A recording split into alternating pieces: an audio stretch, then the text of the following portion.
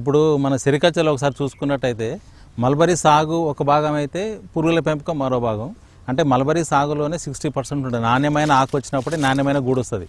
ఇప్పుడు ఎట్లయితే natural farming, organic farming తోటి చేసి మంచి గ్రీన్ కలర్ ఆరోగ్యకరమైన లీఫ్ వచ్చినప్పుడు గూలు కూడా మంచిగా 2.5 గ్రామ్స్ అండ్ ప్లస్ రావడము, 22+ సెల్ రేషియో రావడము, మార్కెట్లో కూడా అత్యధిక రేట్ వచ్చే అవకాశం ఉంటుంది. ఇప్పుడు మీరు చూస్తున్నది ఇది మనకు 45 రోజుల పంట అన్నట్టు. అంటే 45 డేస్లో లీఫ్ ఈ సైజ్ అయింది. అంటే 4.5 నుంచి 5.5 అడుగుల మధ్యలో ఉంటుంది అన్నట్టు. మనం వీటిని డైరెక్ట్ మన కొడతోటి కట్ చేసుకొని పోయి డైరెక్ట్ వాటికి ఆహారంగా వేయచ్చు అన్నట్టు.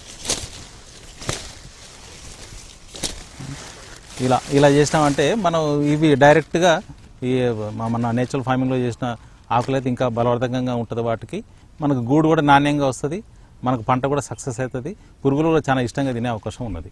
అంటే ఇప్పుడు మనం నేను ఇక్కడ దాదాపు 4.5 నుంచి 5 ఎకరాలు అంటే 2 హెక్టార్లు ఉంటుంది నాది. అంటే 100 ఫీట్ షెడ్ పెద్దది కాబట్టి కొంచెం మన లేబర్ మీద ఎక్కువ డిపెండ్ అవుతాయి కాబట్టి కొంచెం ఎక్కువ ఎక్స్టెండ్లో వేయాల్సి వచ్చింది. ఇది ఒక ఎకరానికి వచ్చేసి దాదాపు మనకు 5,500 మొక్కలు వస్తాయండి. ఇది అంటే కొంచెం హై డెన్సిటీనే వేసుకోవాల్సి వస్తుంటుంది. మనకు లేబర్కు ఉన్న పని, ముఖ్యమైన పని ఇదే. అంటే ఆకులు కోయడము, షెడ్లో ఉన్న పురుగులకు మేతగా వేయడము మేజర్ పని ఇది. తర్వాత ఇంకా గడ్డి అవన్నీ క్లియర్ చేసుకోవడం ఉంటుంది.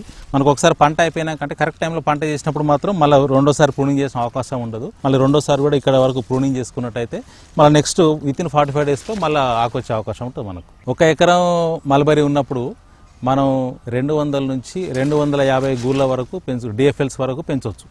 200 to 250 బాగా ఇంకా మంచిగా ఉండి నేచురల్ ఫార్మింగ్ చేసి ఇంకా మనకు ఆకు కూడా గ్రీన్ కలర్ మంచిగా లావిష్గా ఉన్నప్పుడు మాత్రం 250 నుంచి 300 డిఎఫ్ఎల్స్ వరకు కూడా మనం షెడ్లో పెంపకం చేయొచ్చు.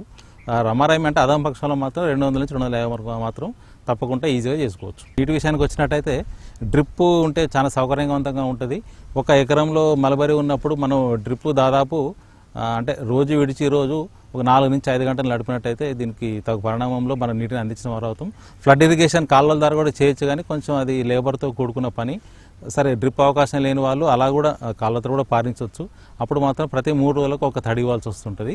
అంటే ఇది మన ప్రూనింగ్ అంటే మనం ఒకసారి కట్ చేసినాక మళ్ళీ బ్రష్ కట్టర్తో ప్రూనింగ్ చేసి 1 వీక్ అయింది. ఇప్పుడిప్పుడే చిన్న చిన్న ఇగురులు వస్తూ ఉన్నాయి.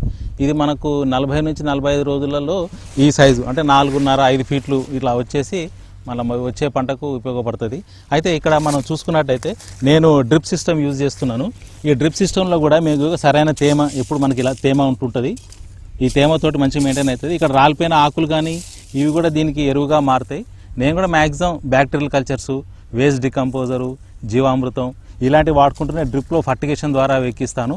అలాంటివి వాడినప్పుడు ఇక్కడ మొత్తం మన మట్టిలో కానీ మంచిగా తేమ మెయింటైన్ అయ్యి మంచిగా ఆరోగ్యకరమైన సాయిల్గా మారుతుంటుంది. సాయిల్ రిచ్ ఉన్నప్పుడు మనకు మంచి క్వాలిటీ లీఫ్ వస్తుంది. క్వాలిటీ లీఫ్తో పాటు నాణ్యమైన పంట కూడా వస్తుంది. మార్కెట్లో కూడా అధిక ధర వస్తుంది.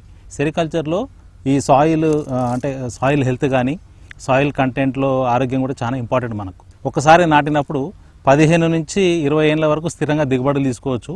రసాయన కంటే కొంచెం తొందరగా డిజినేట్ అయ్యే అవకాశం ఉంటుంది.